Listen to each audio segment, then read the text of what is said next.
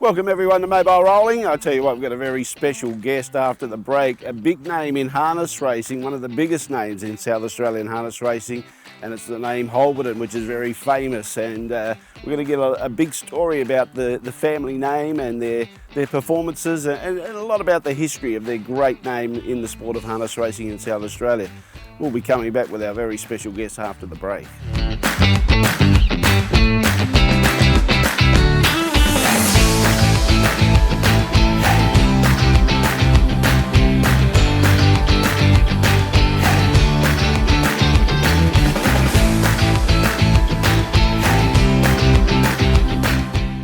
Well, I promised you we had a very special guest, and it's Ray Holberton. Ray, welcome to the show, welcome to Mobile Rolling, and you must be proud of the family name. Very proud of the family name. We've been going, I'm 65 and I'm the oldest. Oh, my sister's a year older, so she's still going, so it's very good. Yeah.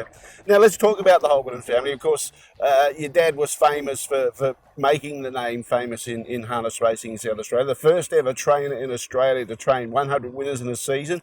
It was just after I was born, I think, back in the early 60s from memory. Do you remember that time? I was born in 1954 and the sort of people that worked for Dad was unbelievable. You know, and the horses, we had up to 55 horses in work. Yeah. They were down up the road, had a spare yard, so there was a horse in there, and everywhere we was just tight packed. Okay, let's talk about the family. Now, how many sons and daughters did Alby have? There's 3 brothers. Yep. And 1 sister, Julie. Okay. You got Peter, then you got Lance, me, and Julie. Yeah, and of course Peter's passed, and he had good success as a trainer driver. Lance continues to train, Yes. and had success at the Royal Show driving one time. Yeah, good luck. Yourself, you've had good success as a driver, as a young man, but more so training now. And of course your sister Julie married into a harness racing family with the Kent people down in the southeast. And they've always had good young horses. Now I get them up here for the Southern Cross, so it's good. Yeah. All right, so were you all involved when you were first born as far as helping Dad with the horses? My sister wasn't. Really, it was just me and Peter a bit. Then Peter had to go to the army. Yep. I stayed on. Lance, he didn't like the working early. He was able to jump off a horse and hop in the car so Dad couldn't catch him. Yeah. But yeah, I stayed with Dad right through, and we worked. I had to go to school, get up at 4, go to school, come back and work at night time. So. Yeah. All in those days, Jim, all the harness was leather. Yeah. Hobbles, boots, and these, and you had to clean them. Clean it all the time. All that the was time. one of your jobs as a My young job man. Yeah. is clean. Yeah. I'm sick of it. Do you still do it now? Yes. No, I've got an apprentice here, Jackie.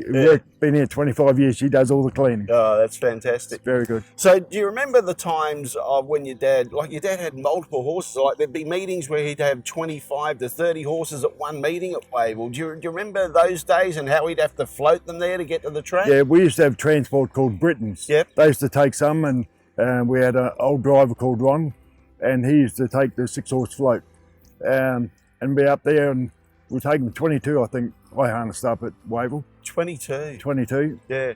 And obviously you had to remember what gear went on what horse as well. You had to, and you were taught from day one. Yeah. You were taught quick, and you had to learn quick. Yeah.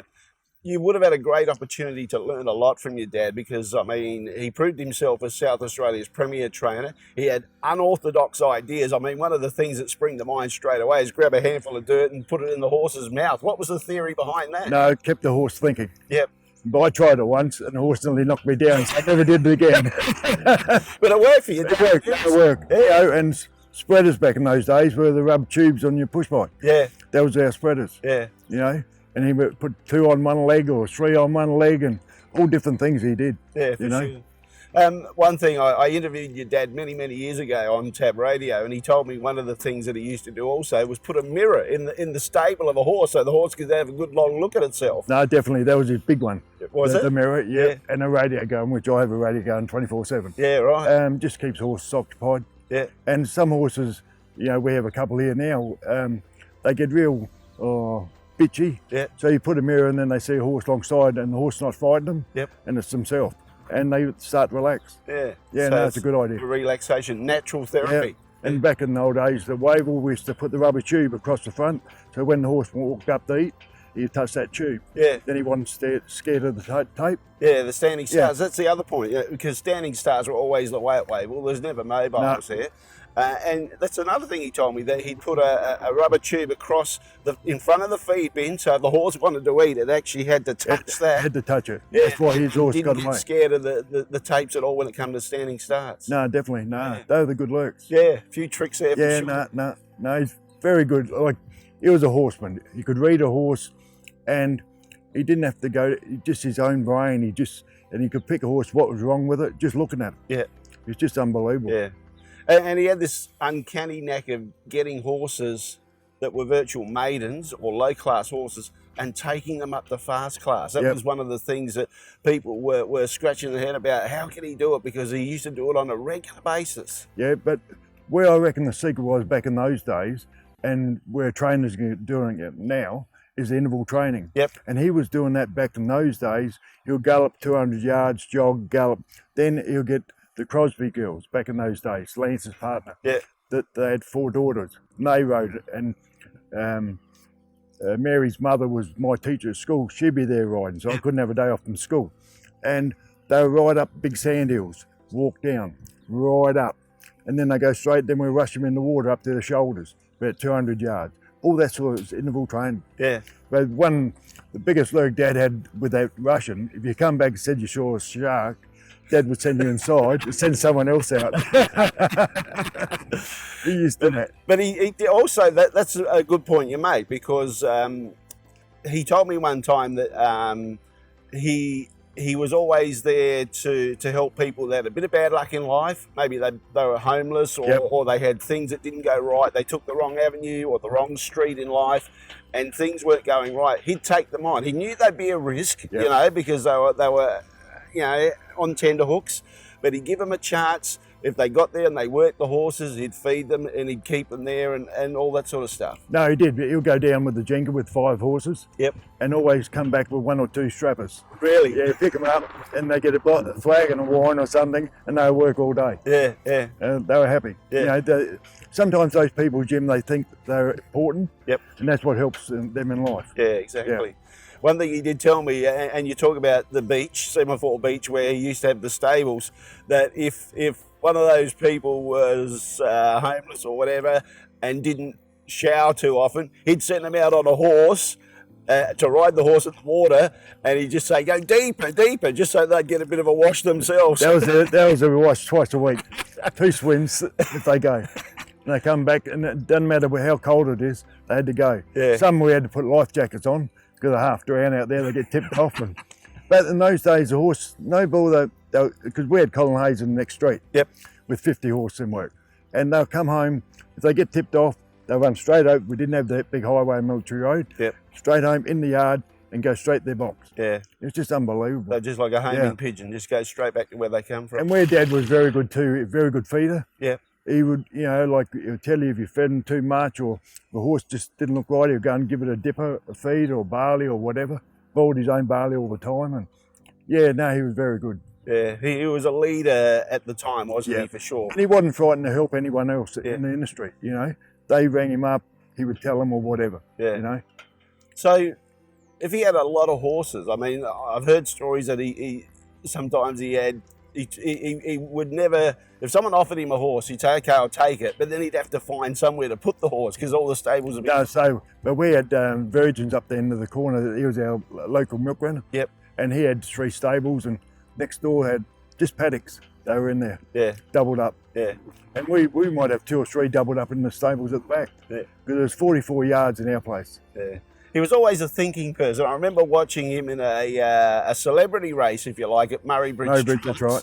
Where they had to go to the horse and harness the horse up and quickly hop in the sulky and then do a lap and then go to the finish. Well, your dad was cleverer than most. He had parts of the harness, like the brace, he already had done up, just stuck it over its head. He took so many shortcuts and he knew the tricks, didn't he? And in that race, I think he was that far in front, he turned around and went back to him. He did. He was giving Jason justice to catch up, I think, from memory. Yeah, but all that week, 2 or 3 weeks, we were practicing. Okay. He was practicing. He wanted to be the #1 dog. Yeah. Yeah. Well, he did that. He was that. Yeah. No. And his premierships were fantastic. So you got a chance to watch a very, very intelligent man who knew all the tricks, or a lot of the tricks. Yeah. So and you've been able to use that experience to head you in your right direction as a trainer when you become a trainer later on in life? I think it has, Jim. You know, like even I've done a few works, a bit like what Dad did too. Like Jill Nielsen, she used to have a few problems with horses. They'll come here. Yep.